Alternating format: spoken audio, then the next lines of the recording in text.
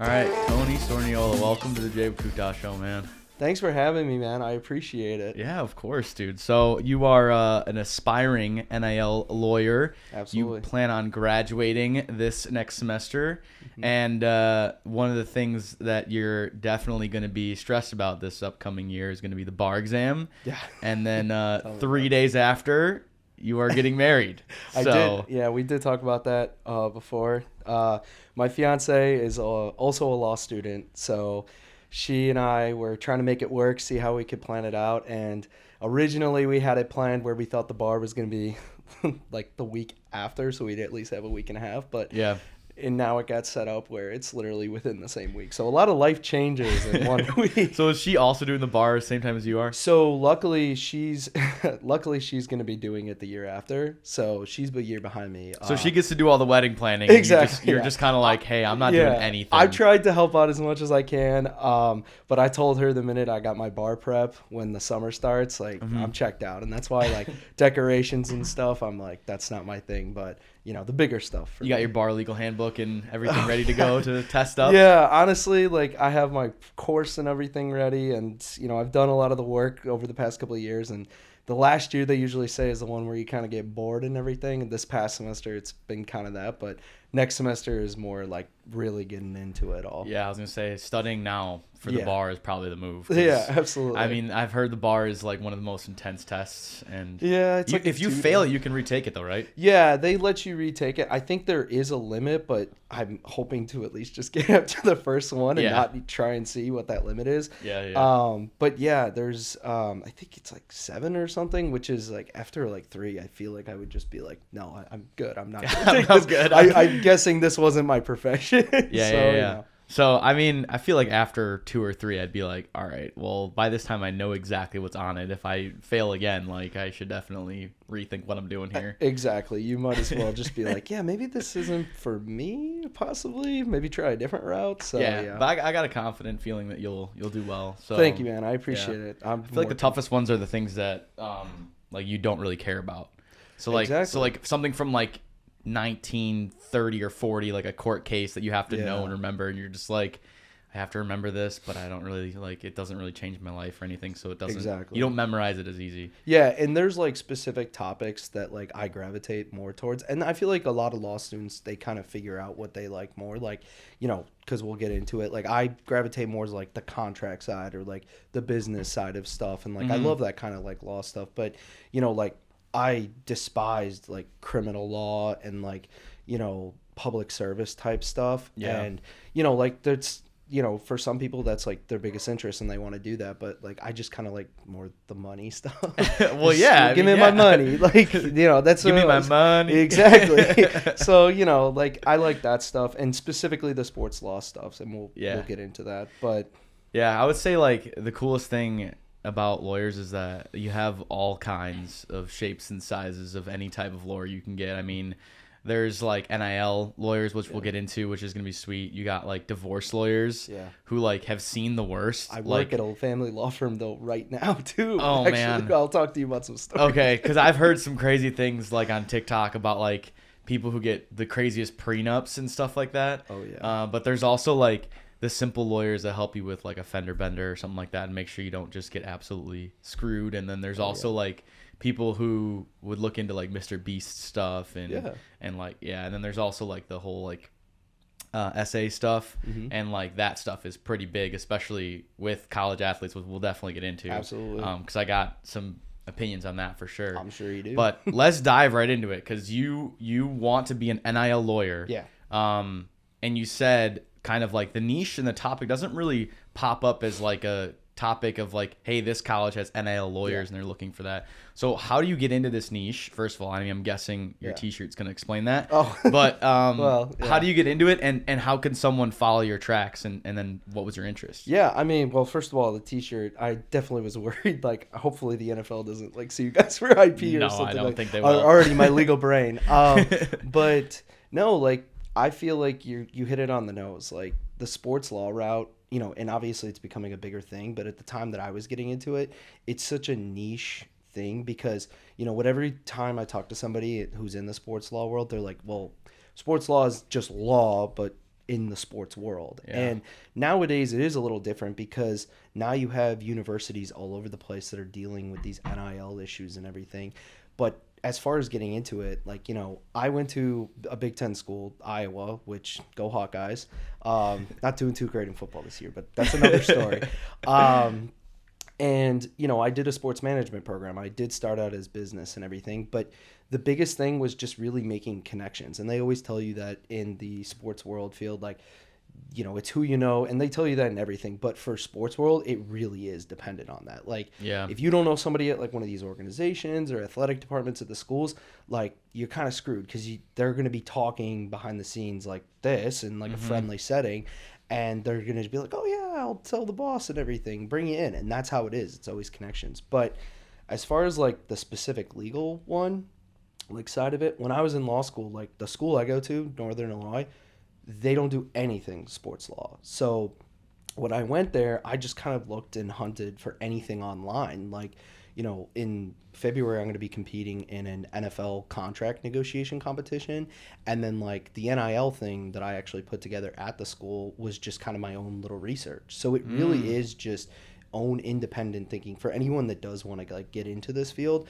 Like, you just have to have a, you know, a creative mind, but you also have to not be afraid to talk to people, because a lot of the stuff that I learned had nothing to do with any of the books that I read. And like, you know, you're just reading like through book after book. You're like, oh my gosh, where's the answer? Where's the answer? And then once you talk to people who are actually in the industry, they're like, yeah, that has nothing to do with it, like how the real world works. So what books are these, like at school books then? Kind like of. I mean, some books like the like contracts books and all that, but like the books I'm talking about, like I read one book from an attorney that's actually here in Wheaton, Illinois.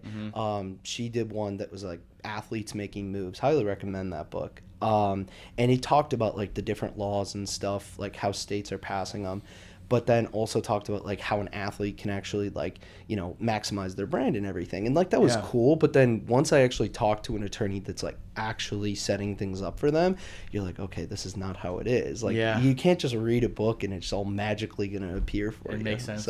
So like before we keep going into this, I just want to describe what NIL is and then kind of what happens. So NIL, name, image, likeness. It's essentially the ability to make money off of your name on the back of your jersey or just your name in general, your image, how you look and advertising that, and then your likeness. I'm not exactly sure what the likeness part is. I'm just guessing it's like something similar to that. So likeness is pretty much like your personality and stuff, like your aura. So like you, like if somebody were to make, you know, the Jacoby Koutas show, like you could be like, okay, well, this is pretty much a carbon copy of what my personality. They get the exact same sign. Exactly, like who you are as a person. Like if they dressed up with the glasses and the curly hair and everything, and they went on a podcast and it's kind of the exact same format, that's your likeness. You're like who you are and everything, the personality.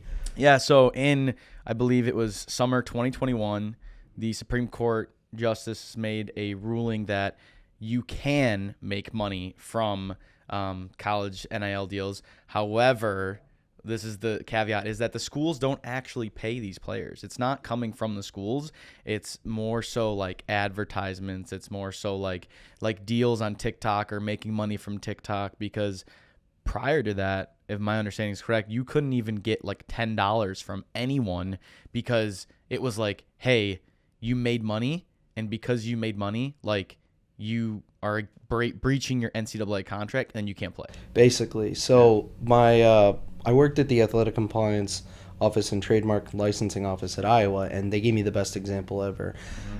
Basically, it's so simple, but it's so stupid in how it was set up before, which is crazy when you think about it. Back in the day, let's say a quarterback for the team, he's really likable, everybody knows him, and he decides to sell his own mittens as a YouTube account, like where he talks about my new mitten for the week and everything, like it's the best brand I've made. They would consider that, because like let's say he's making money off that, they would consider people just buying that because he is who he is. Yeah. Instead of being like, nobody cares like about that. But at the realistic end of it, most people will care because of the fact they're athletes.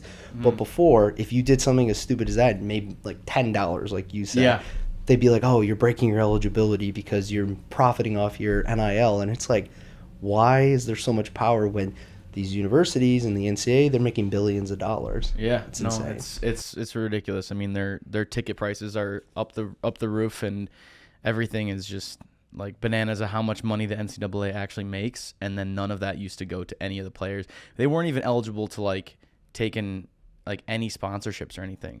But so back into it, I mean, these NCAA stadiums make tons of money off ticket sales just themselves. They make tons of money off of just selling jerseys without the name. So they would sell the jersey with the number. Yep. Say, for instance, Caleb Williams is number 18. You know, they'd sell the jersey number 18 without his name. Yeah. And they would make so much money off of it because everyone would know that's Caleb Williams' jersey. Exactly. But it's not actually Caleb Williams' jersey, so he doesn't make any money off of it. So this is I think a step forward into like the path for college athletes to make money, but I think it's a dangerous track because some of these kids are going just for the money. Yeah. Do you see that too? It's getting a little crazy. You know, people, I'm sure you've heard the word collectives. Okay. So basically what collectives are, if you don't know, they're a bunch of donors from the school that pool money together and they create like a nonprofit entity. And what they'll do is because technically the NIL deals, the only way the NIL deals are supposed to be is a company partners with an athlete to make a brand deal. Yeah. Well, I can just make a company as long as I have enough capital, I can make whatever deals I want. And that's pretty much the concept of these collectives. So like every school now has like an entity that is not a part of the school, but they have brands that literally say like, oh, we're and I can name a few. The Swarm Collective is Iowa's collective. They're just a random company that happens to have tons and tons and tons of money, but it's the donors, instead of giving it to the school, they'll give it to the collective, and then they hand the athlete a deal that says we're just going to do a partnership deal. Yeah, it's so not instead pay of a for full-time play. scholarship, it's like exactly 250, 300 Yeah, grand. instead of having the school worry about the money and everything, they have these collectives. So like now it's become, you know, I was going to have you pull this up, James. They recently had like a kid from Cincinnati that re-signed a deal with the collective. And that's how it was worded on Twitter and everything, where it looks like an NFL like update. Like a contract, basically? Literally, like he got like Adam extended. Scheffler's, like, yeah, basically. It was this guy Pete extended his Thamel. NIL deal. Like he had a re-signed him and everything. And so like it's going more pro, but the thing is like this all could have been avoided because in reality, the NCAA was so gung-ho about like these athletes, they're amateur athletes. They're student before the athlete. Student they before always athletes. preach that. Yeah. They go to school and like, you know, and obviously that is a great part of it because student athletes, like they get an education and not everyone goes to the league. But now you have it where what you just said, you have students that are transferring because of the transfer portal too. Yeah. There is a kid right now, his name is Bear Alexander from Oregon that just transferred there. He is now in his 4th year, and he is transferred every single year. Does he just get new NIL deals? New for NIL money? deals from the collectives. Yeah. So basically, I think I forgot the exact order, but I know he went to Georgia, he went to LSU, he went to Alabama, I think, and now he's at Oregon.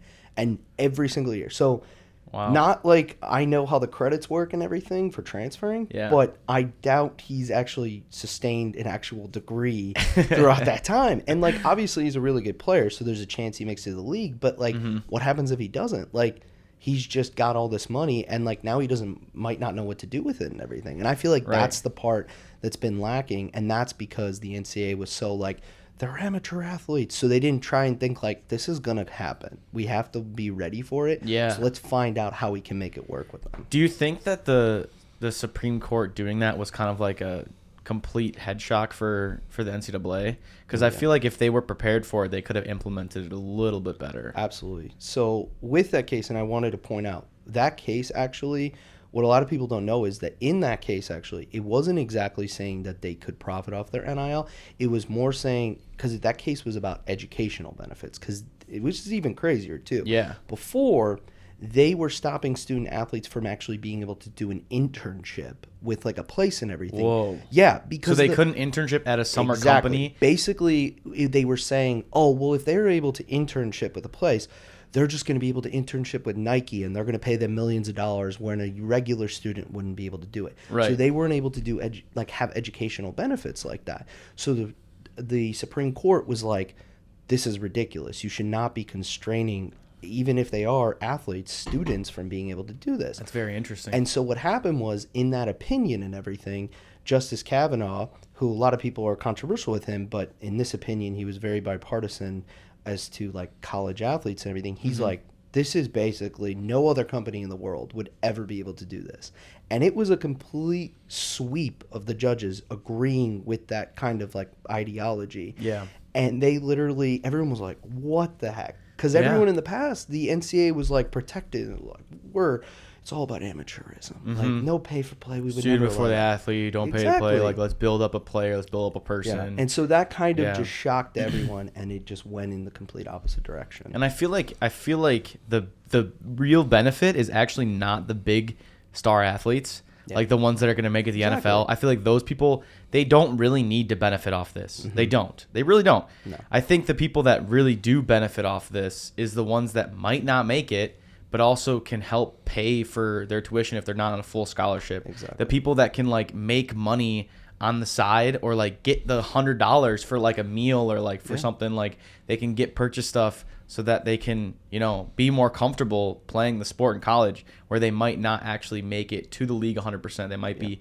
a G League player or like an amateur semi-pro player.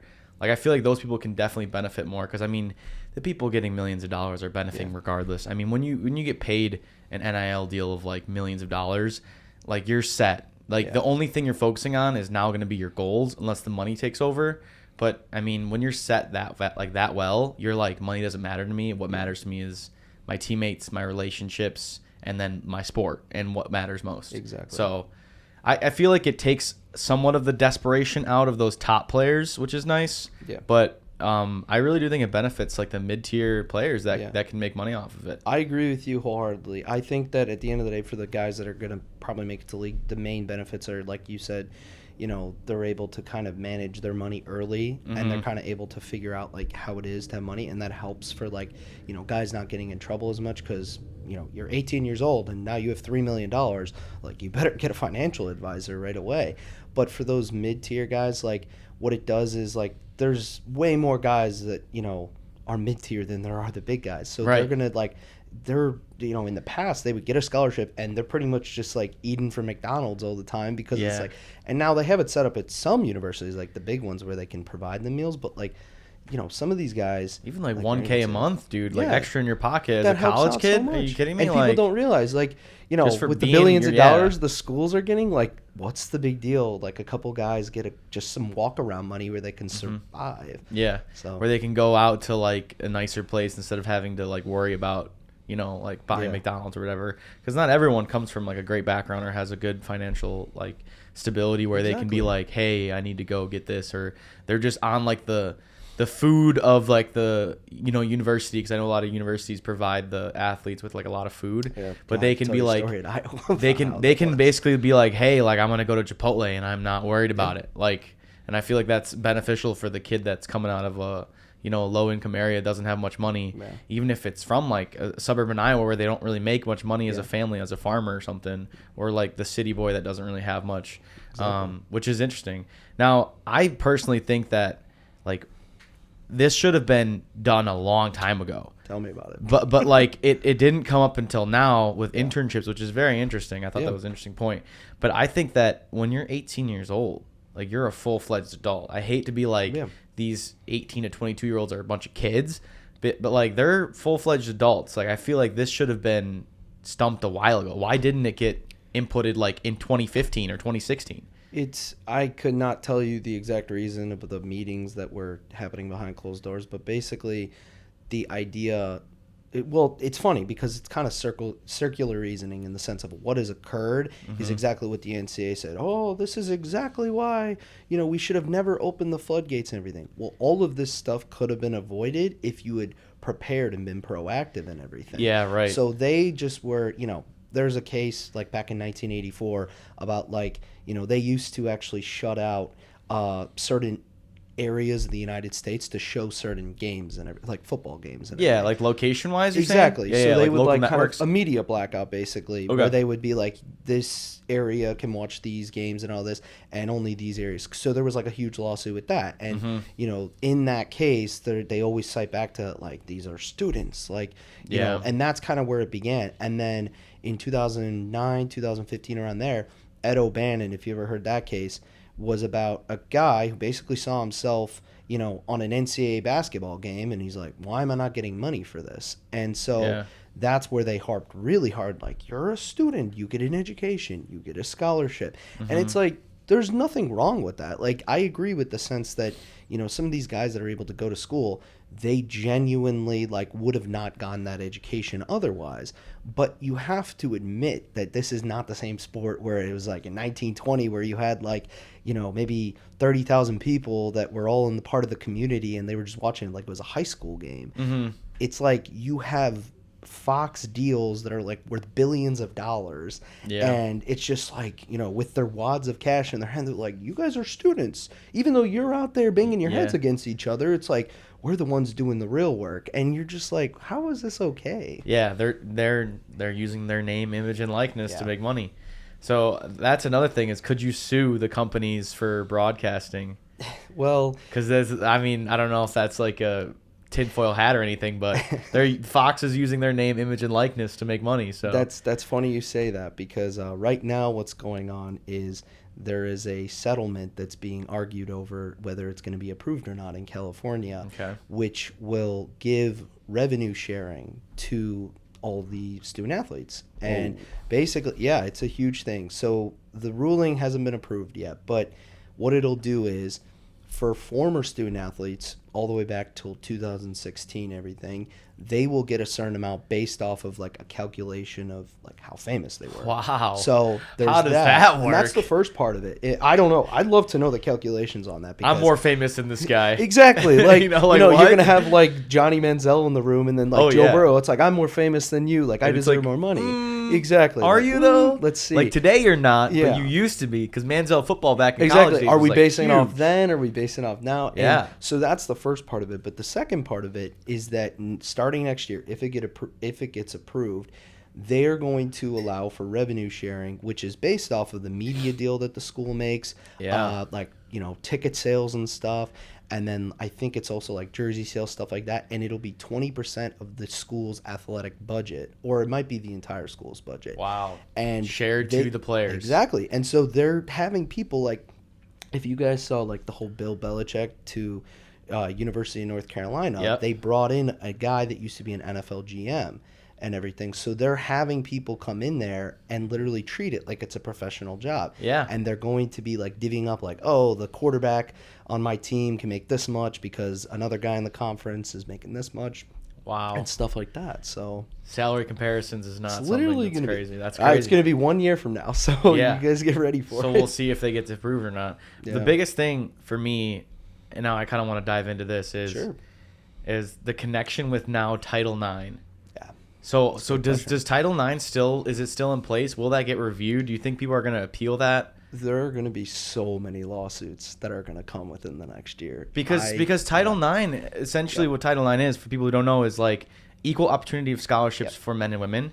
And so I'm very passionate about this, because I think I wrote a paper about this in college during one of my classes, and I basically talked about how the solution was the right thing. Like, being able to have equal opportunity for scholarships for men and women is a good thing. I think it's great. Absolutely. I think how the universities reacted was not good. No. It was awful, and it actually reduced the opportunity for athletes overall. Oh, yeah. Like, and I wrote a paper, and I was very passionate about it, and I had 2 football players that were in my class that definitely got mad at me, because they're the ones taking all the scholarships. But the thing is that they're not really taking the scholarships. Like, they're just, like, basically doing what the university says. Yeah. So essentially, when you have a football team, a men's football team at any school, you have to have equal opportunities for women as well. And women don't have a football-sized team for scholarships. No matter what sport you think of, women don't have a like 80-man roster sport. Like even rugby or even like that it's still not like a full-fledged 80-man or 60-man roster that can equal the amount of opportunity you do for men.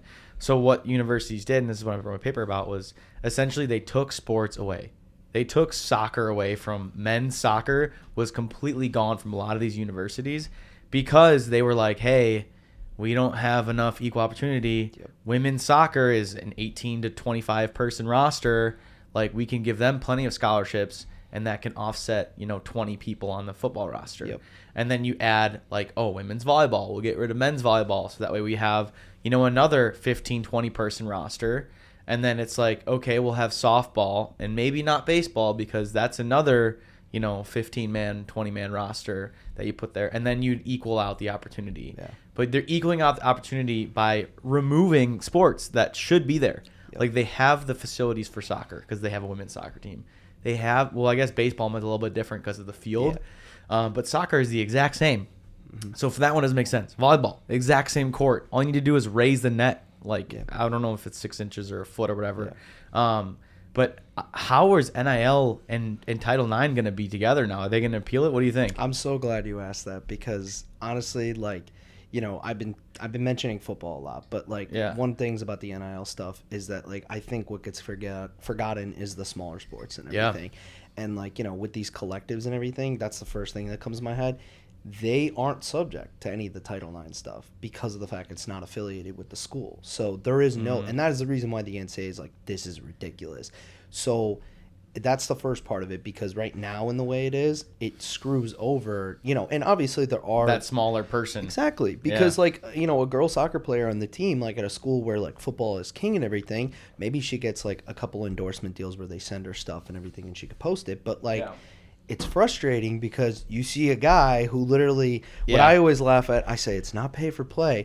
I said on my podcast and everything, I said basically for football players right now, it's blink twice and you get $3 million. That's our deal. Because, in the eyes of the law, consideration doesn't have to be fair. So, it's literally you could just move your finger 3 times and you might get a deal. And so it's really unfair in that sense. Now, with what I just talked about with the settlement thing, that's the interesting. What everything you just said is exactly what's going to be going through the mind of the university soon because of the fact that since they're going to have a specific allotted amount that they can give to all the student athletes, because that 20% is for all of them, they're going to have to start looking at the fact of 2 things. First, they're going to have to start looking at the fact of, is this sport actually generating revenue for our school? Because is it worth it to spend money on these student athletes? Which is going to be so lopsided because already the way it's set up, we already know what sports are not going to get the money then. But then you're going to have to think of the Title IX implications. So you might have it where it's men's basketball, men's football, and then just a bunch of women's sports because of the large roster sizes on the football teams, which is crazy. It's a little bit insane. So do you think that Title IX will still be in place then? Here's the thing, which is very interesting that he just said it recently. The NCAA president, Mark Emmert, Charlie Baker, sorry. I always get those 2 mixed up. He just recently said that Title IX would not apply to compensation for athletes. It would apply for opportunities for athletes. This is a quote that he said. I agree. The is definitely the first thing. I was interesting little curve around you got there, sir. And it's funny because he used to be in Congress, so I was like, you really know how to he really knows how to do those political words. Exactly.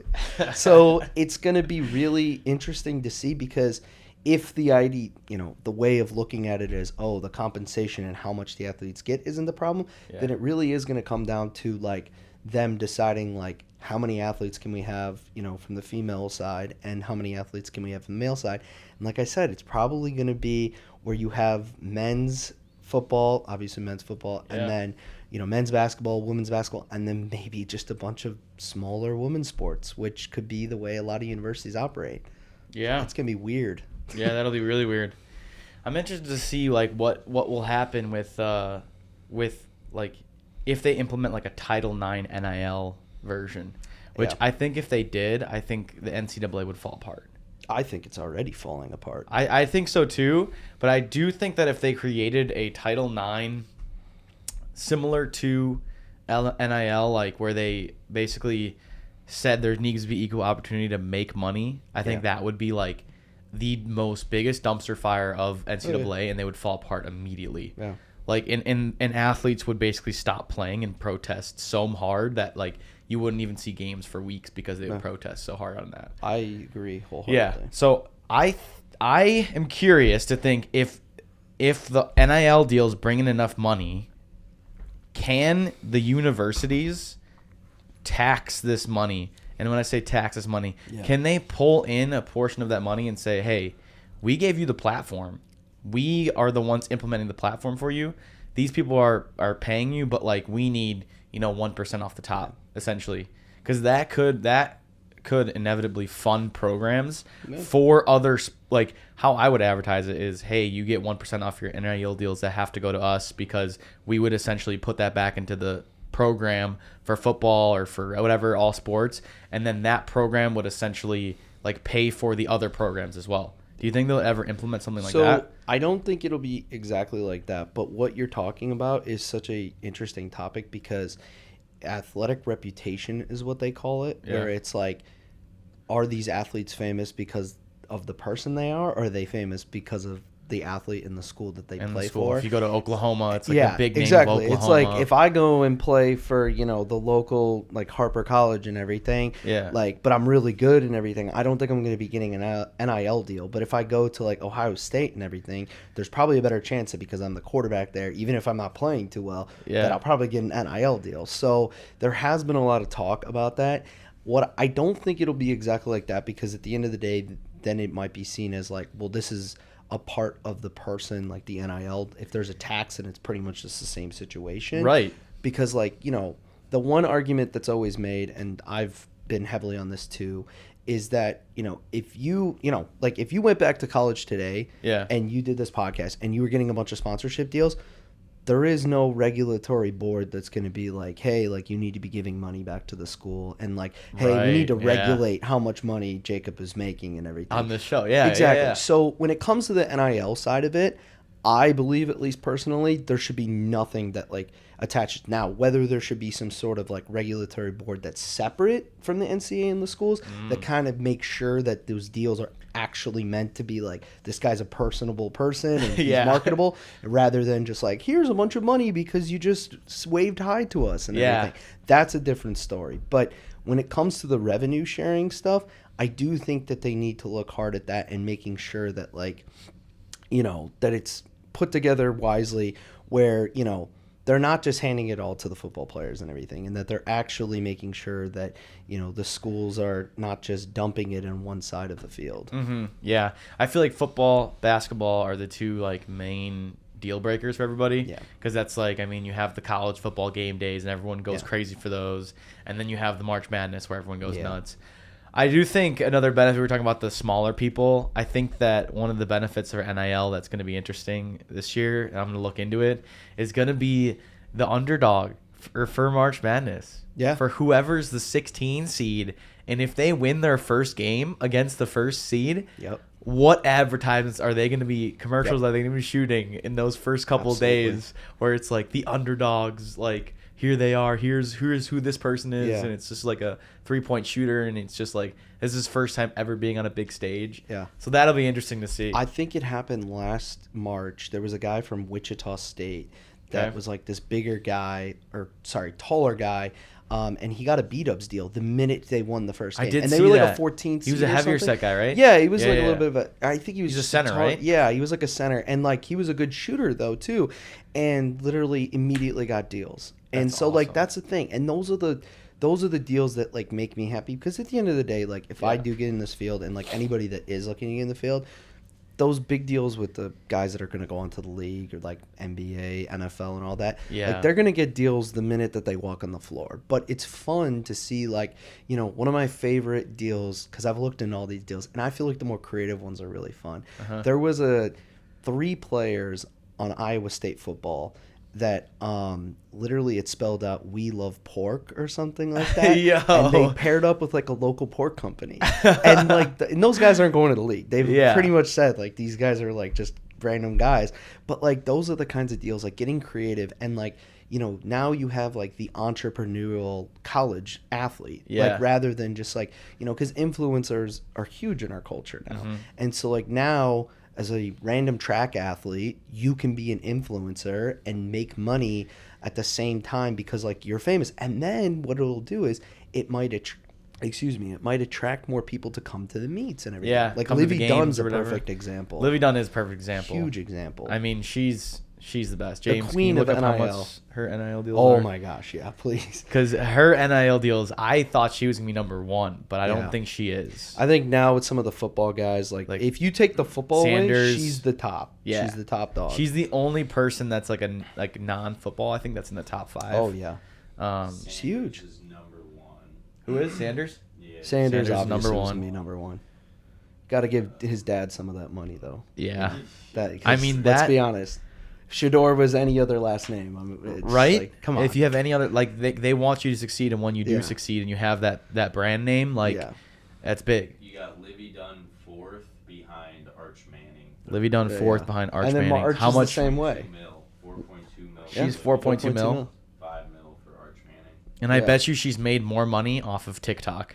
Yeah. And like other things that aren't reported Exactly. on that NIL. Oh yeah, she has her own like foundation and everything Uh-huh. that she sets up, and this is a perfect example. Livy Dunn's the perfect example because she's in a sport that like you can't even say like because women's basketball I was gonna bring up is a huge one for women's right now and everything. For like, college especially. she's yeah. perfect for like the sports that like nobody is like running to the herds for, which they should because there's a lot of fun sports like gymnastics. Like It's an awesome sport. I saw it at the bar like 2 years ago. I think when she was like a freshman or sophomore. Uh-huh. And I was like, what the heck? Everybody's like, oh my gosh, look at what she's doing. I know. And it definitely, and I was like, how do you guys know her? They're like TikTok. And I was like, oh, what? Okay. Yeah, it's crazy. So like it's brought up, and what she's done with her platform is that she has literally become an entrepreneur. Like she'll take that money, she'll invest it in other companies and stuff, and she has her own like nonprofit and all that. And I think it's her sister that runs everything for her. Yeah. So it's always nice to have Livy Dunn's sister. Yeah. Have you seen those memes? It's Those awesome. memes are hilarious. She's basically just like, yeah, I'm just the forgotten sister. I believe her TikTok name is the forgotten sister. Oh, that's awesome. Yeah. You make So a she's brand like- out of that. Yeah, I know. There She's you like, go. I'm Livy Dunn's sister. I'm just the forgotten one. Like Yeah, no one she's cares about awesome. me. But she like her sister and her love each other so Yeah, much. exactly. And they're so nice. And another thing I want to talk about with Livy Dunn too is Mm-hmm. like, we're talking about NIL deals with March Yeah. Madness too. And dude, she is just a really nice person. She's great. She's Yeah. a very nice person. And I think that I saw a March Madness deal where there was like a center who was like a really big dude. I forget who it was. But he had an NIL deal. It might have been the Buffalo Wild Wings guy. I'll be Maybe. honest. But he was like a really nice guy. I He's think the he NC had, State guy. Yes, the NC State guy. Huge kid. Yeah. Yeah, who's the looked like NC he State could have guy? been a Look him- lineman for yeah, NC he looked like he State. could have been a lineman. He But, had like, like he the little played. He was the a dreads baller. that came at the Yeah, top. yeah. Yeah. He was like such a nice guy. Yeah. Like he was a big giant teddy bear. And because he was such a nice guy, and on his interviews he was really nice. Yeah. Like the NIL deals he got because of that were because of how nice he was. Exactly. And it's like obviously he plays basketball and he did really well and they had a really good run. Yeah. But also like the way he carries himself is like a big thing. And I talked about this with like acting with Andy when he was on, was like the biggest things are like showing up on time. Yep. And some people say that on time is late and early is on time. So like on time is late. Sorry, and then it was like, 5 minutes late today. I apologize. no, you're good. You're good. No, it's like being early is on time. So essentially, Yeah. like if you're 15 minutes early, then you're on time. But if you're like on time, you're definitely late. And then it's like, just be respectful, like just walk up and be a person and just, walk up. Hi, how are you? Nice to meet you. Exactly. Like shake hands, look into eyes. Like that stuff goes such a long way when it comes to a lot of these NIL Absolutely. deals. Because of the fact that it's like, dude, like you don't want to hire someone who's just a complete like piece of crap who's just gonna walk and be like, where's my money? Like, give me my money. Like, what are you doing? Give me my money. Like, give me my money. But more Yeah. like disrespectful. No, I know what you're talking about. And you want someone to be like nice, and that's what the guy from NC State was. What's Yeah. his name, James? I couldn't find it. You couldn't find him.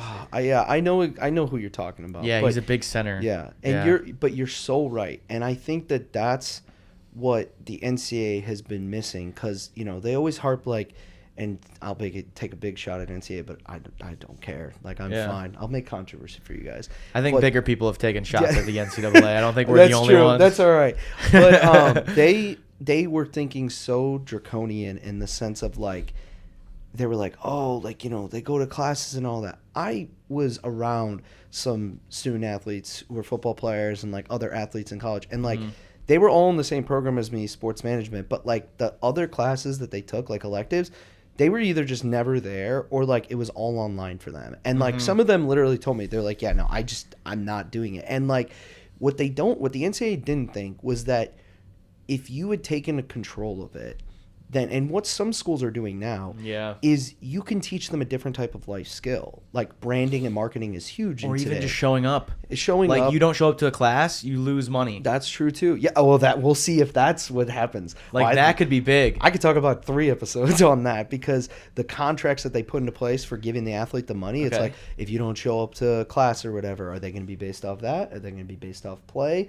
Like, they haven't talked anything about that. I'm very curious as to how they're going to do it, because can you cut a guy and just be like, go in the transfer portal because you've sucked this year, or like you didn't go to classes? Like, are they going to tie the student aspect to them? But they have to meet a certain GPA though, right? They have to. I mean, isn't that like NCAA rules? See, that's NCAA eligibility rules. Yeah, I'll get into not that. Not NIL deals though. No, the so NIL deals don't. They're not correlated to grades at all. No, so the NIL deals, but that's actually funny you say that, because some like companies have started to tie it to their grades and everything, which is cool. But just to clarify, like NIL stuff is completely separate than what's going to happen with that revenue sharing. Okay. So they're trying to separate the two, because what they're trying to do is they've admitted to the fact that our schools have been profiting off of you guys for doing these, you know, these games and everything, and putting your bodies on the line and not getting anything for it. Yeah. So the settlement is basically, we're going to give you money because we should have been in the first place. That's pretty much what it is. This is the settlement back to 2016, right? All the way to now? No, the settlement is 2016 to now is just the college athletes that played before. But moving forward in the next fall, if it gets approved, that'll be from now on, 20% of our budget will go towards the athletes that are at our university. Gotcha. But the NIL stuff, that's just all of, because people want to give you money because they know your face is recognizable, we're going to let you be able to do that and everything. But that's the reason why I said they need to have some sort of body that can separate the two and just be like, this is clearly just enticing somebody to come to the school, and this is, you're a popular guy and everything. We want to do like a marketing. And a lot of the local businesses are the ones that they really want people to be doing. But obviously you're going to get like an Arch Manning on a Dr. Pepper commercial and stuff like that. Which you want to see sometimes. You want to see that. It's fun to see it. Yeah, I mean, I want to see it personally. I think it's fun. It's always fun, yeah. And that's what's been missing. And that's why a lot of people have stayed tuned into like college sports this year, because, you know, now they're able to come out from outside the curtain. Like, before they were like, we're the NCAA, we just play sports and look at the team logos. But in reality, this type of stuff was happening behind the scenes, like where they were getting paid before, but we're just pretending like it never did. Yeah. I mean, I think the biggest thing for me is like, I really do appreciate a good like marketing commercial. I do appreciate a good like funny commercial. It's always fun. And the more that they can add these, and they like actually, the money goes to them instead of just like the NCAA's pocket,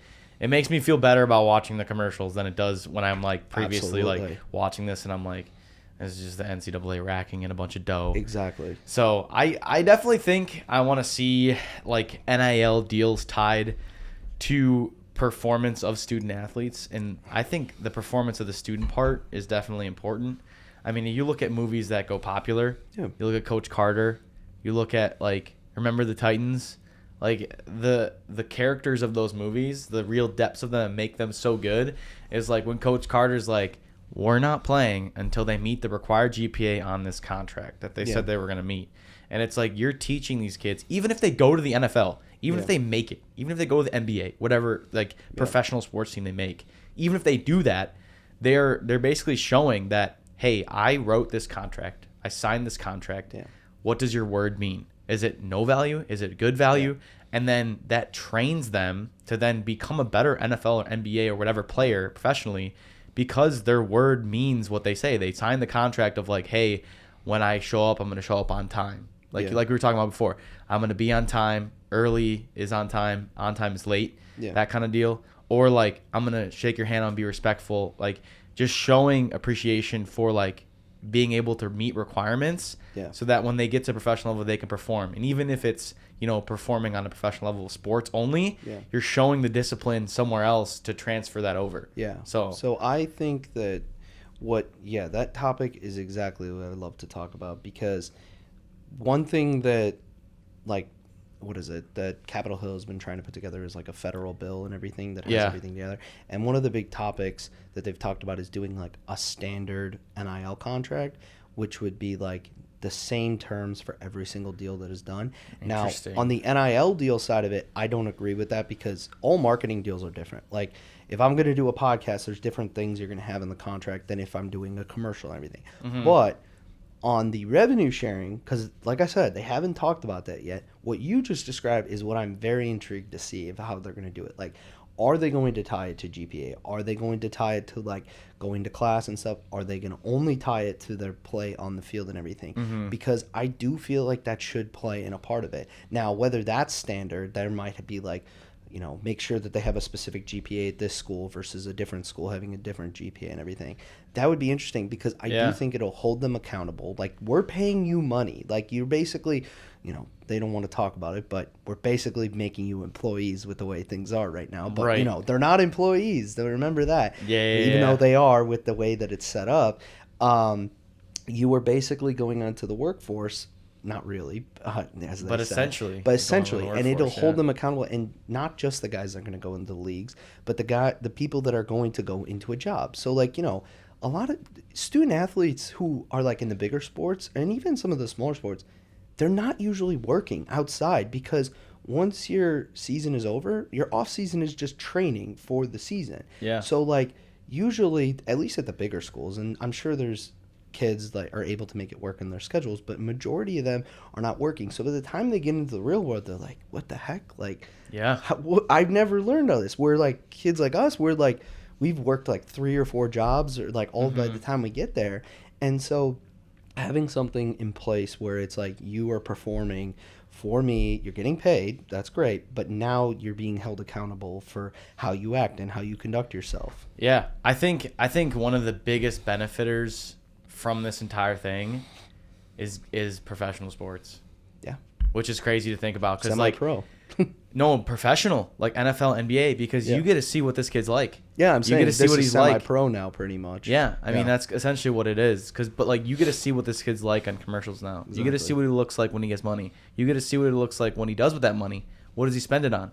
Because if he spends it on his mom and buying his house and paying off the house of his mom, you want that kid. I want that kid. Because he means family is more to him than anything in the world. And when you take care of your family first and everything's good at home, it's like that foundation triangle of the hierarchy of needs. When you take care of your base, you're allowed to go to the next level. And then you go to the next level. And then at the top is going to be like, my mind is so clear.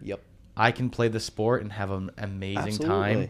And I don't have to worry about the food on my mom's plate tomorrow. Like, I can just go out there, perform, enjoy my sport, be happy. Like, you see all these amazing athletes. Like, you see my favorite one is Scotty Scheffler going into I think it was like the Olympics. And he's like, what? Everyone's like, what do you want to get out of this?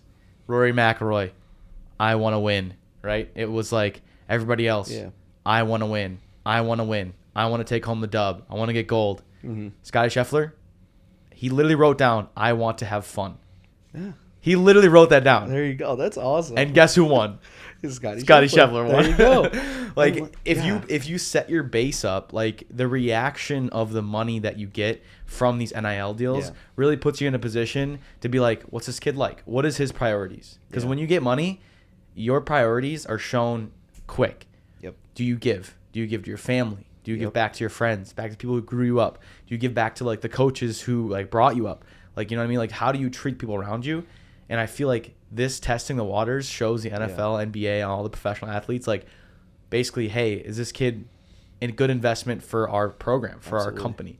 So I feel like they're like a huge benefit. They're so happy about it. I mean, literally, you don't have to do like the NFL and like NBA, they don't have to do guesswork anymore, because like, you know, I feel like at the end of the day, like, it usually wasn't what's on the field that was the problem, because you have a bunch of film. You don't have a bunch of film about people's lives, but now you do. You have like, how do they interact with people online? How do they interact with brands and everything? And like, how do they conduct themselves? But also you have the athletes having to grow up super quick. And like, you know, a lot of these athletes, they come from lower income areas or economic areas, and you know, they don't know how to conduct themselves, and that's unfortunate, and they don't get that education. And usually schools are meant to be doing that, but when they're so busy and the programs and everything, usually you have to rely on the coaches. So now you throw them in a situation where it's like, hey, you can make money because you're in the sport you are, but you have to kind of grow up. You have to figure out the right people that can help you out with your finances, and then it will kind of sift through the people that might not be ready for that kind of lifestyle. Do you think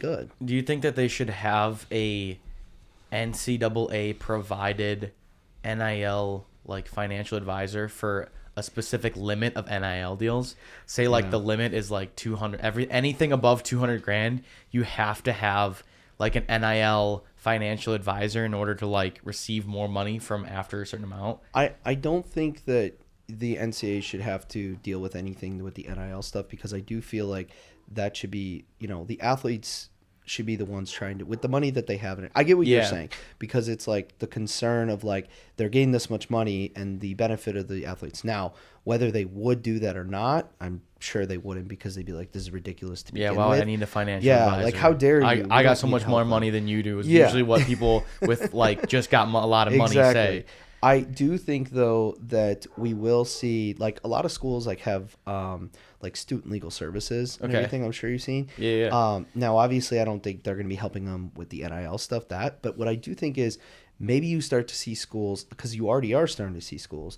Some schools are starting to have departments that deal specifically in NIL. Interesting. Like, so one of the bigger programs is LSU. They call it NILSU. That is awesome. It's awesome, right? And so they just made a documentary on Amazon Prime. I think it's The Money Game. And they talk all about like how they work with every single athlete. And I've talked with, shout out to Ben Chase at University of Florida. I talked with him. He's the NIL director there. And so I've talked with him, and all he does is literally he's an agent for the student athletes. Now, he doesn't work as much with like the bigger. You still have to sign with them though, right? So what do you mean sign with like them? You have to sign with the agent, because you can't just automatically be an agent. Oh, that's a fun question. Or is that right now in college athletics, there is no requirement for you to be an NIL agent. So if you wanted to, James, right now, you could just be like, I'm an NIL agent. You're now a certified NIL agent. Very nice. Yeah, because literally there is That's no crazy. certification. So that is a huge question, because you would think, right? Like with how much chaos that I just threw like a at real you, estate agent or like something Literally. like a real, like anything like that. Oh yeah, there is nothing. There's no agreements. There's no or... like. There's nothing like certification process or having to register with like the NCAA. Now they were trying to put that in place, but Congress basically said like, stop. Like we don't want you to deal with this. So they're trying to create a bill, or they're trying to, through the House settlement, they were, but now they're not. So literally, all three of us could start an agency right now for NIL and stuff. we could just sign any player. You can literally sign players. They would pay us a specific fee for our services or whatever. Because it would just be off marketing deals, and usually in the world, it's like a 20% commission that you would make. But there is no like formal process to be like, I am an NIL agent. Who would start that process? Would it be Congress? I think it'd be Congress. Yeah, because it would have to be, because it can't be the NCAA, because they're not technically associated with anything with NIL. Exactly. Yeah, I think that the way they've put themselves in their situation, they're probably not going to be doing anything for a long time. But I do think we'll see some sort of federal bill, not anytime soon. It could be local legislature too. Yeah, it could be that per state. A lot of states have their own laws for that. Because I know a lot of states, for like instance, Illinois has got a lot of rules about specifically like real estate. Like there's different lawsuits that happen. There's different things that pop up that like you need to do this, or you need to sign this amount, or you need to like specifically have an agent in order to do these things, or else it doesn't count essentially. Well, that's all local. Yeah. Just to be clear, like as like for professional sports, you do have to still register with the state. So it is a smart idea to still register with the state. And I know that some state laws do require you to just register with the state, like Secretary of State, like as an agent. But the thing is, as far as like specifically for like representing a college athlete in these deals, there is nothing along the lines. So like as long as I register with the state, I think Illinois is like a small fee or something, or it might be free. I forgot. No, it's definitely a small fee. It probably it's Illinois. Illinois. That's a good point. Definitely gonna have to pay something, but you know, it's not like, oh, you have to take this course or something, like to know what collective means and like all the laws that, you know, I've been rambling off. Yeah. You literally could just tomorrow reach out to like a bunch of athletes at Illinois and everything and be like, let me represent you in marketing deals. They just say, sure. Maybe you have them sign something that says, I'm representing you. You give me this much money.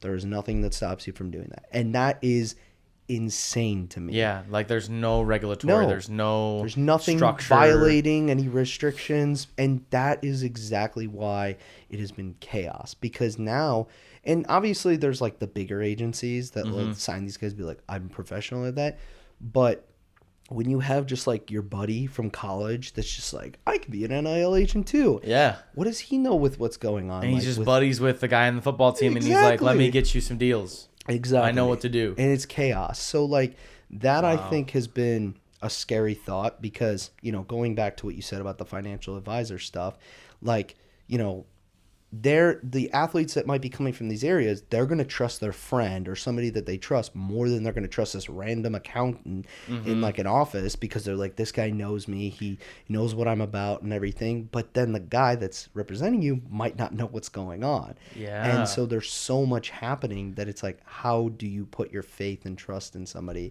that's not really giving themselves an immersion of all this stuff? Yeah, or they're not like certified, or there's no certification basis. It's just like, hey, I somewhat kind of trust you, I guess. Exactly. Where like the credibility from a lot of like universities and the credibility of like what a college degree is that like you've done the curriculum, you know the curriculum, you've passed the curriculum.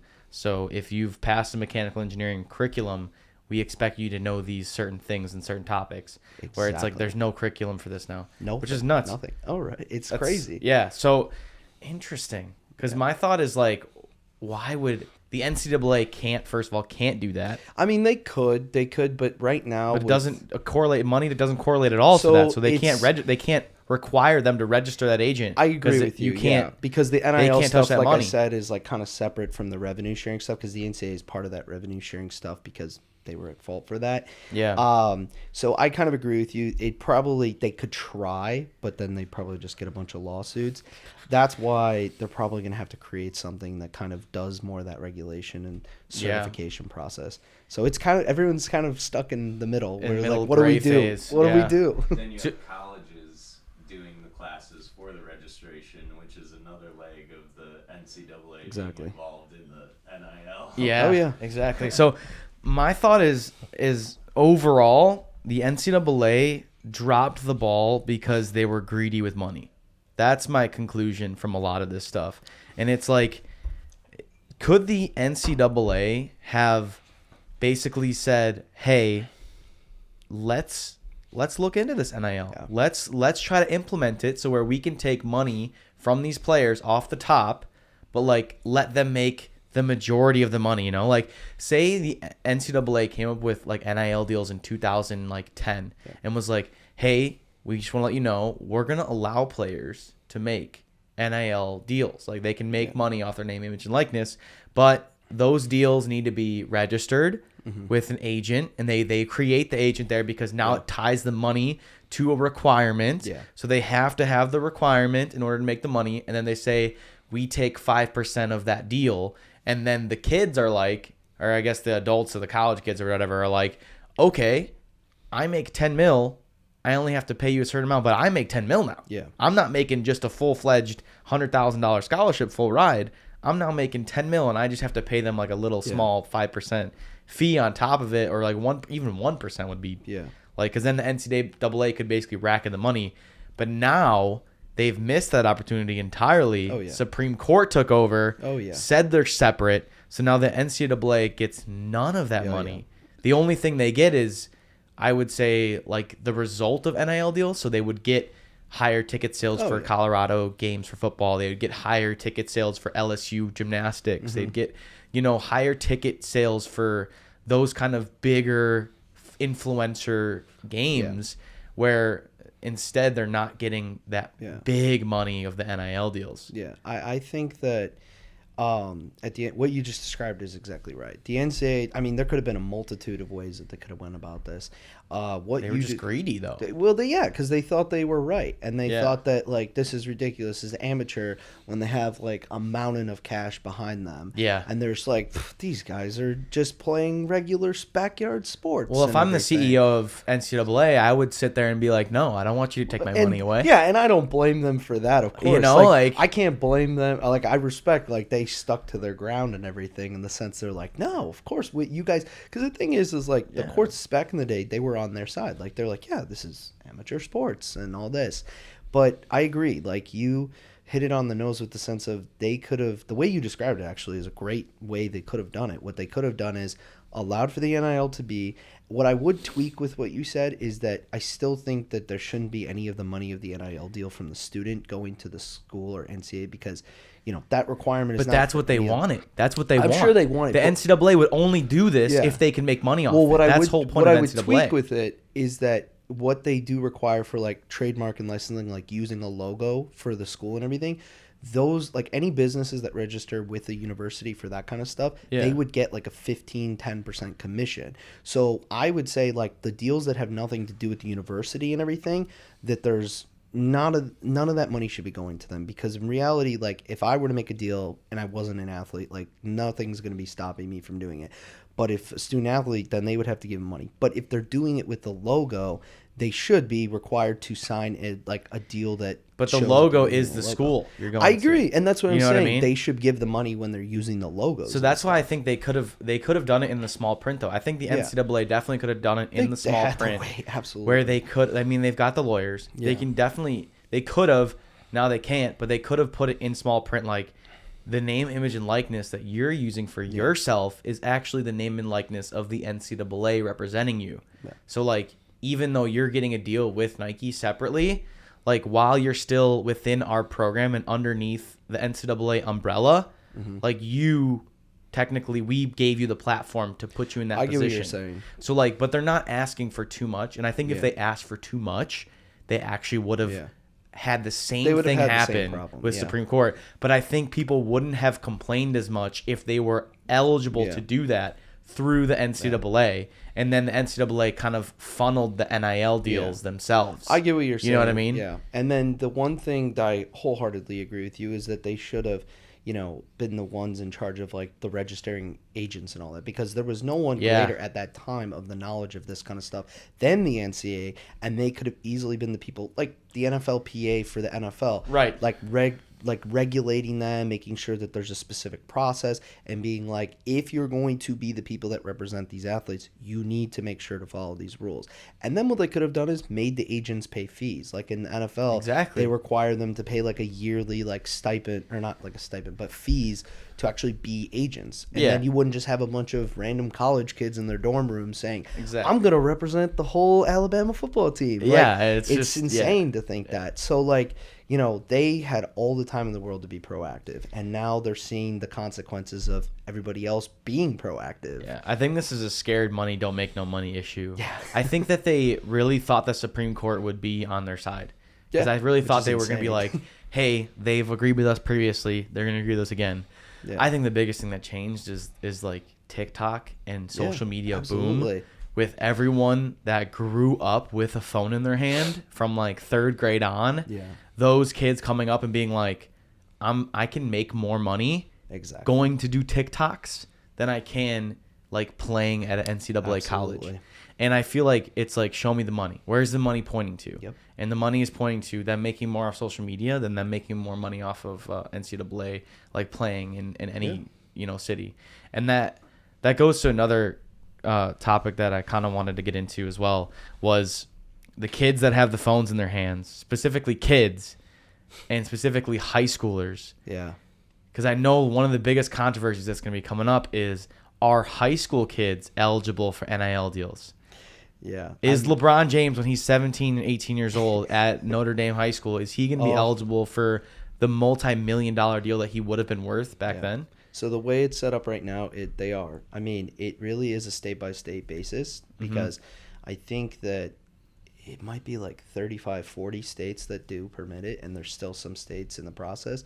But like here in Illinois, it's allowed. So like, you know, you played soccer in high school, right? Yeah. Like if you were a big deal around here and one of the local businesses is like, we want to do a commercial with you and everything, That's crazy. that would have been perfectly fine. So like I honestly, with the high school stuff, that kind of scares me a little bit more, because I feel like going to college, like you're kind of thrown into the world anyway, regardless of student athlete. You're also an adult. Like that's the biggest change is an 18-year-old adult. You definitely have more of like, you now have a little bit more responsibility. But I feel like what I get scared about with the high school stuff is that, like, you know, transferring colleges is a little bit different, because it's like, you know, the university campus, you're on your own anyway, you kind of travel and people do a lot of stuff.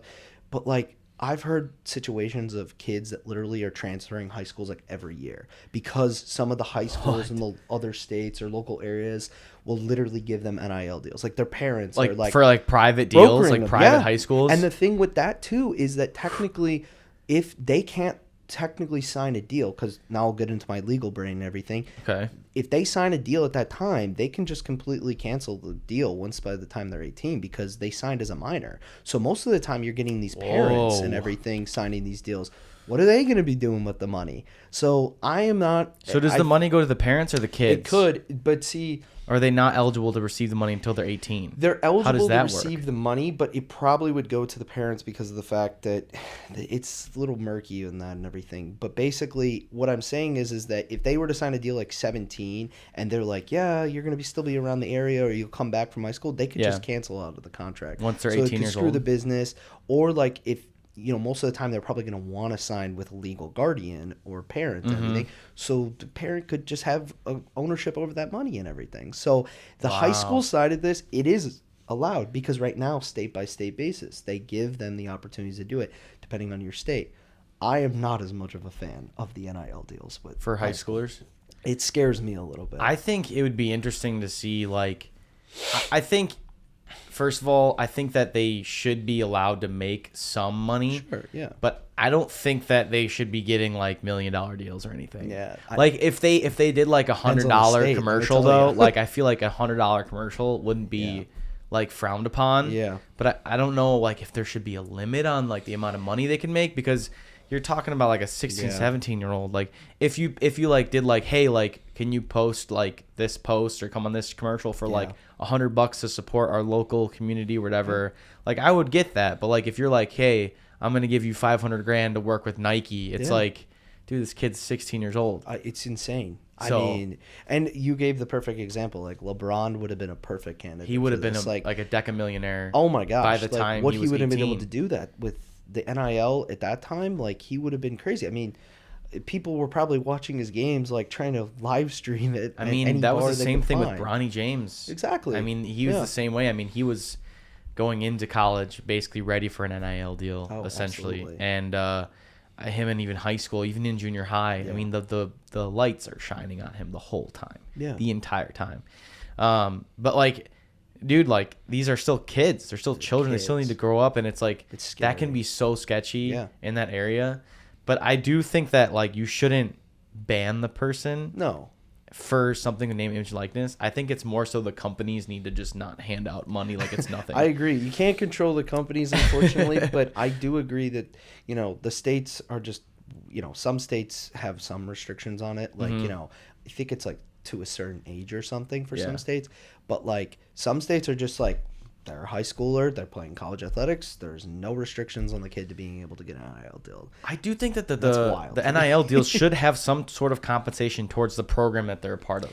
Or the school that they're a part of. I get the if you think about the money that could go into like a sports program at a high school, you could give them new basketballs, you can give them new equipment, and like so that they can be like, hey, like you guys did a great job, you produced a fantastic athlete, like he's making us plenty of money through these NIL deals, like here's some equipment, or here's some like cash, or here's something that you can like boost your program so that you can continue to develop. Like we want to encourage that and positively be like, thank you, you guys did great. Like here's a way to make your program a little bit better. Here's like a extra rebounder machine. Here's like an extra free net or something, or like a backboard or a bench or whatever, chairs. Like I get your thinking on that. And you know, the idea that like at the end of the day, and especially with high school, I would say even more so than like a college athlete, because at least at that time, like you're probably going to get a lot of college students that, you know, might be good on social media and become influencers. So it might be a little bit less about the school giving it, but there still is that aura from it.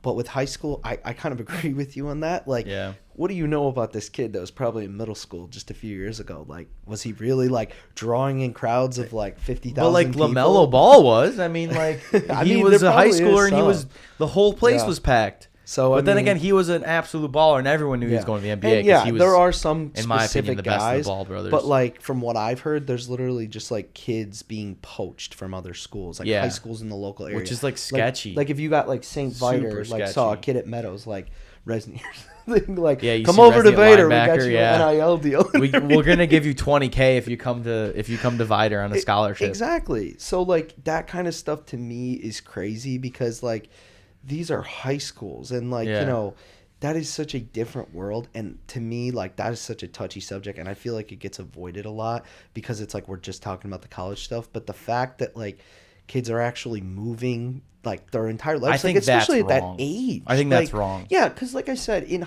college, some people travel to, like, Europe, go travel internationally and study. But, like, when you're in high school, like, you get kind of a base of where you go for high school. Yeah. And, like, you develop friends, everything. You kind of know where you're going to go after. You can still be successful as well. Exactly. Just because you're in a program that is different than other programs does not mean you need to go to the top program to be successful. Yeah. I mean, we have plenty of examples at Rolling Meadows. Yeah.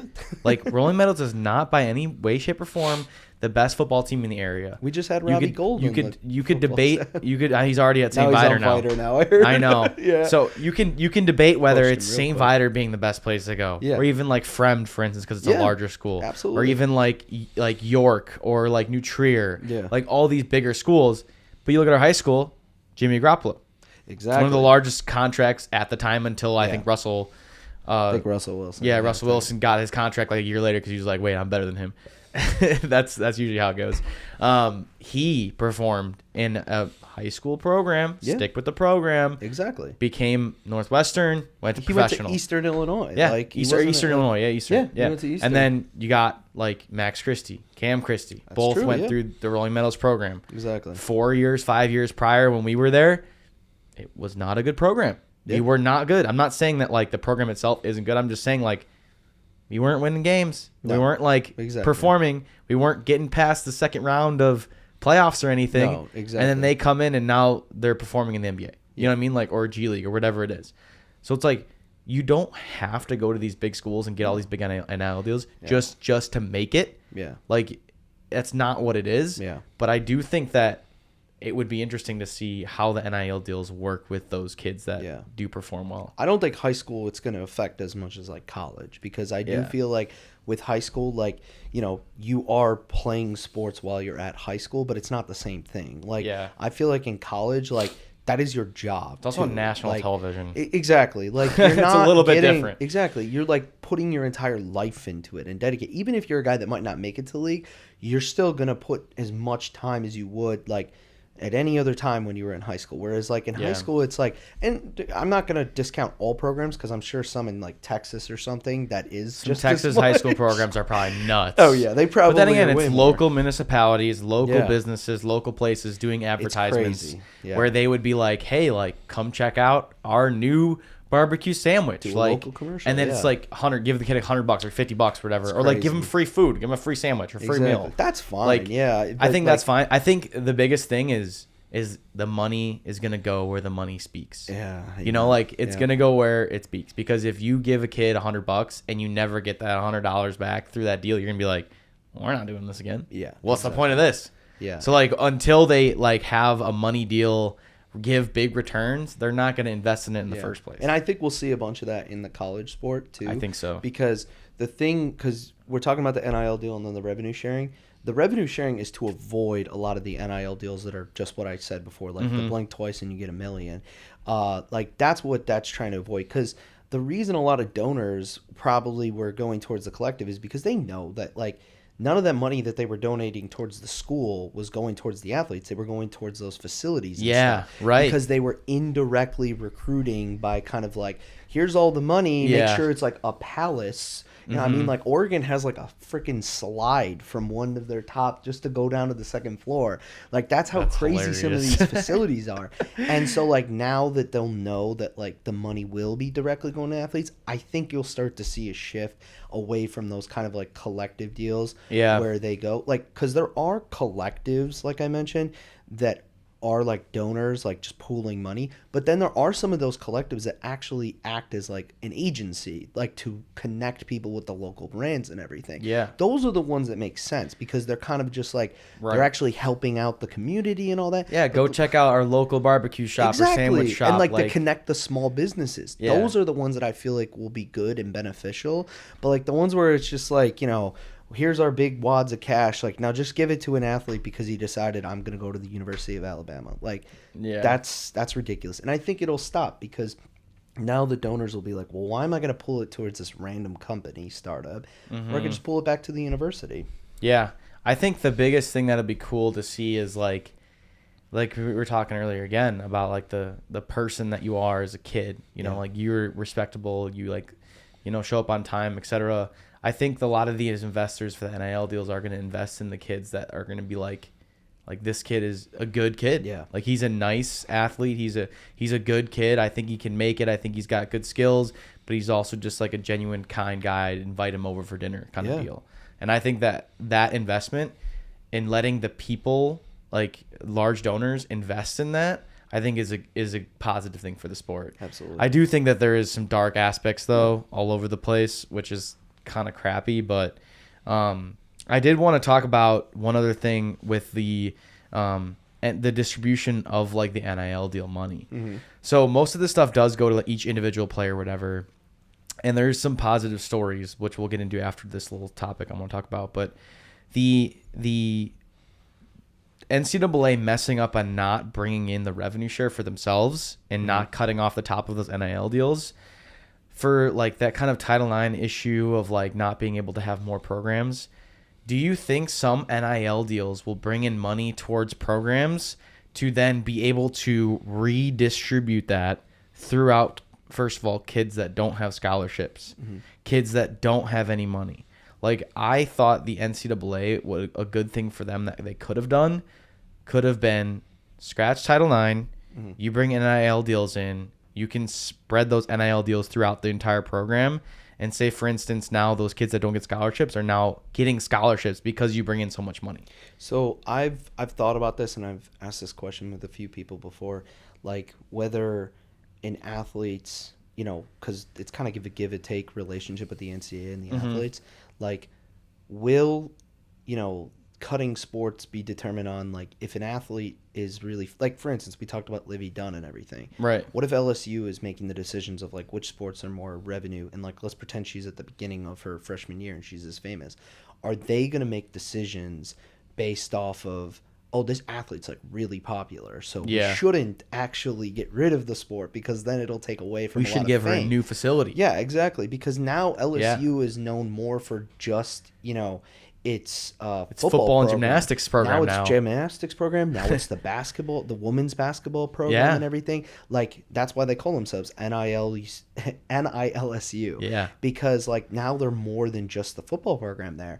And what I would say is, once again, I don't think that they should ever have to take a cut from. I get what you're saying, because the athletic reputation thing of like they're bringing in fame because they're an athlete there. What I do think is schools should be more willing to work in something called group licensing deals, which are basically where you can sign a contract with multiple athletes together and like sign it with the school, and then what they'll do is they'll look for brands that they've already paired with or new ones, and then they'll have it where you have your logo on and everything, and then you will work with the brands will come in and they'll be like, we want this athlete for a commercial, we want this athlete because we kind of have this, so it's kind of not a give and take. That would be more like a partnership where they're like, you know, we're working together because we already know like they're not going to just want a random jersey floating in the air. And we also know there's a chance that they're not just going to want you because not everyone knows. So bringing it together, like Juju Watkins from USC just got a deal, or not a deal, she just did a commercial with State Farm and everything. And I noticed immediately, and Caitlin Clark did the same thing too. They have their jerseys on. Like, they don't have to have their jerseys on because they are notable and like in the NBA world, or sorry, WNBA world and everything.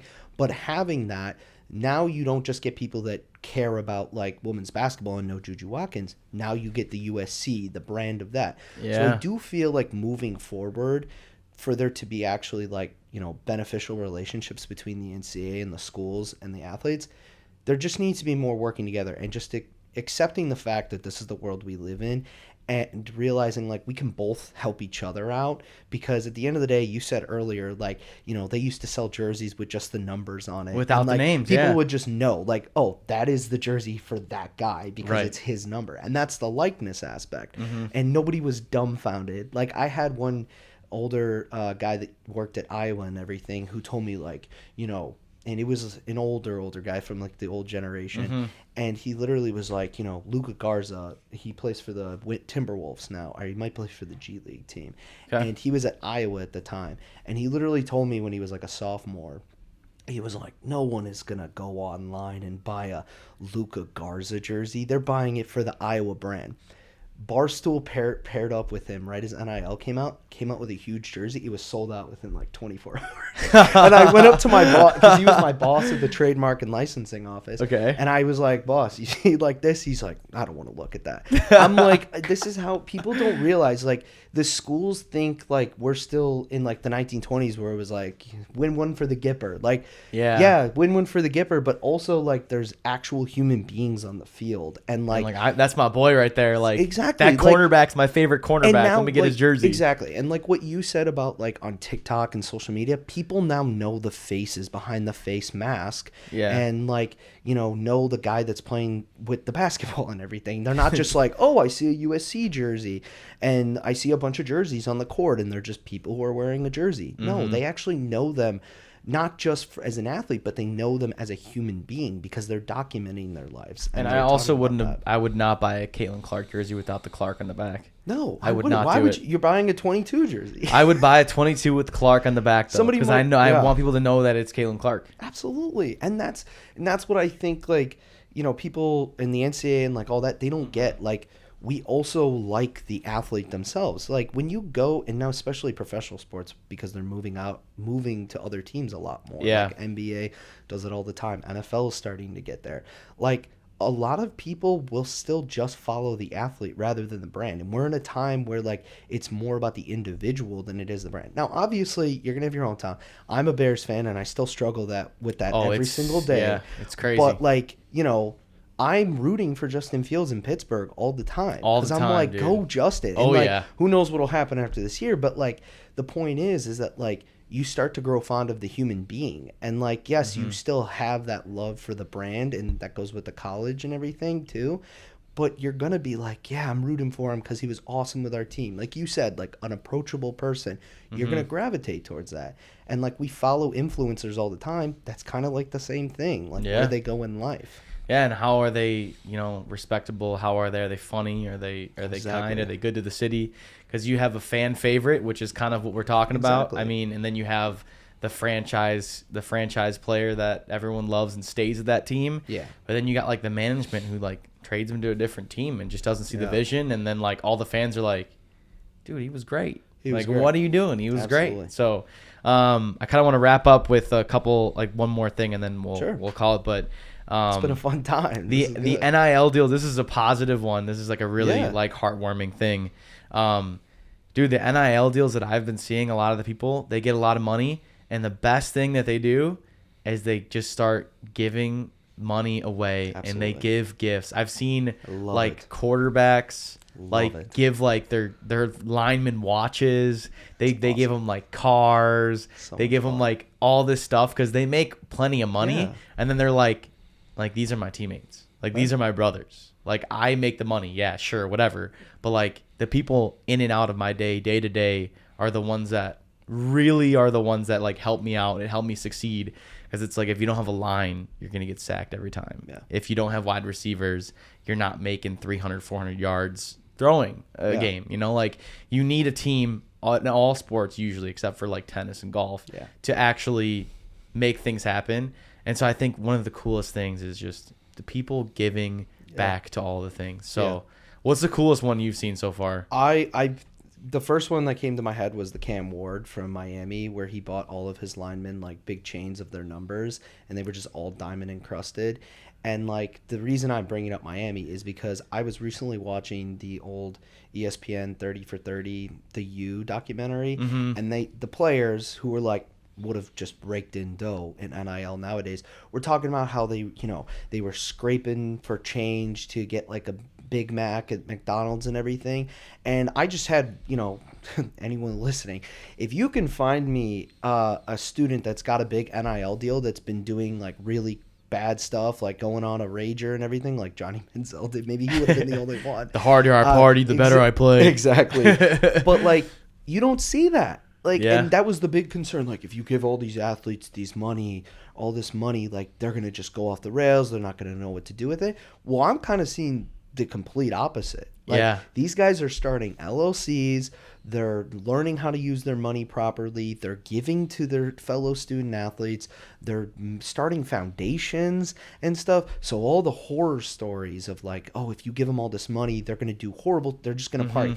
Now, I'm not going to doubt that they're probably having a good time on some of the sides, but like, it's funny how back in the day when you had student athletes not making a single dime, they might have been doing worse stuff than it is now. And it's because everything's kind of out in the open. And it's like, the pressure's on you. We gave you a bunch of money. What are you going to do with it? And I love seeing the quarterbacks or athletes in general, just giving their other teammates like, hey, and there was always the concern of like, well, what if I'm sitting on the bench next to a guy that's making like 40 million and I'm making like $10 an hour or something like that. And I love seeing, because it shows camaraderie and it's good for people that are going in the league, but it's also good for, people just being good people. Like, showing like I have all this money and like, I'm sure rich people have said before, like there's nothing to really do with it unless you share the wealth. And like they're learning that early. They're learning these life lessons. And I'm sure a lot of guys that have come from some of these areas that are lower economic, it was just like, I got to get the bag. And now that they have the money, they're like, I got to spread the wealth. Like, I have people around me that I care about that have gotten me to this point and everything. And they're learning good life lessons at like 18 years old. Exactly. And like, all the downsides that was going to happen from this movement. And now you just see all the benefits from it. I guess it hasn't really come to light as much, but I haven't really seen a lot of downsides where people take that money and drop it into like things that are gambling, poorly like, affecting like that. And people could be doing that. They could be like small amounts. I'm not going to speak for I haven't everyone. seen it as much. It hasn't been in the limelight, but like the people that have been giving back have definitely been in the light. They've definitely shown that. And I think, again, the thing that people don't talk about is the NFL, NBA, and all these professional organizations are the biggest people who benefit from this. Absolutely. Because they get to see how the quarterback treats his line. Exactly. They get to see how they treat each other. And it's like, if you see a quarterback and he's giving his linemen all numbers, like diamond chains, like that those linemen are dying for him. Yeah. They are going to do anything to protect him. And like that leadership shown through something like that is like, yeah, this guy could be a franchise. Yeah. This guy could be our franchise quarterback. And on this the could other be our side, guy. like you got guys that, might not be making as much money, but that are trying to like figure out their life because they might not have a full-time paying job, but they're giving their life to this football team or like program that they're not going to go professional. And now they can have some money where they can like feel comfortable enough where they don't have to, because I've met some student athletes that literally are like I'm scrounging for food unless the university gives me something, and literally like they're going to do whatever they can to make it work, and it might affect their performance in school, it might affect their sleep. Now, as long as they have some sort of stipend maybe, then they can literally feel comfortable, put all their effort in that, and maybe do some other things on the side, which they can have a healthy lifestyle and mental health wise, and going into like whatever their degree is, and after college, they'll not be like, wow, that was horrible the last 4 years that I did. And I think the most important thing about that is like the edge, like. But the thing is that the edge that it takes, because every athlete is messed up. Every professional athlete, I'm sure, has something wrong with them. And that's why they're professional athletes, is because inside their head, they have a reason why that's messed up that they need to fix. Yeah. Like they need to fix it.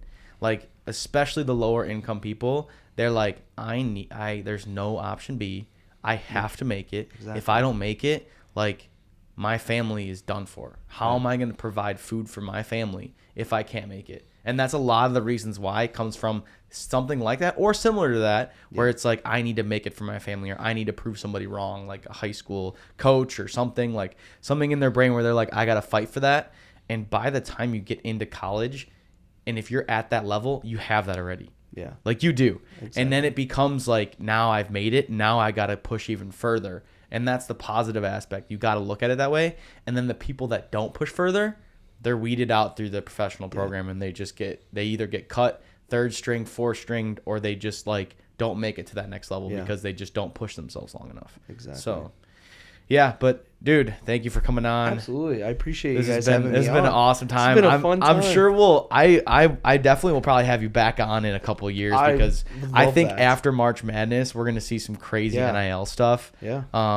And I'm curious to see, like, as things come on, I'll text you and we'll get your absolutely, because once I get registered, like bar certified and everything, I might be able to have the chance to actually like do some actual work with athletes and everything. So I'd love to tell you guys about that and everything. Yeah, that'll be great, dude. So yeah, much appreciated. Thanks for coming on. Thank you guys for having me. Yeah, do you have any topics or any things you want to promote yourself for? I know you have your own little show. So I have a podcast, and if you happen to see my page or whatever, my LinkedIn from this or whatever, I have a podcast, Pigskin Payroll Podcast. Me, Ty Marth, and Jonathan Thibodeau. We just started it. It's specifically all about like financials in the NFL, financials of the NIL deals, specifically for college football, more stuff. That's primarily what I was talking about today, but we also talk a lot of NIL stuff. I was going to talk about the house settlement more on the podcast this week. So feel free to check that one out. Thank you guys for having me on. It's been a pleasure. Yeah, sweet. Appreciate you, bro.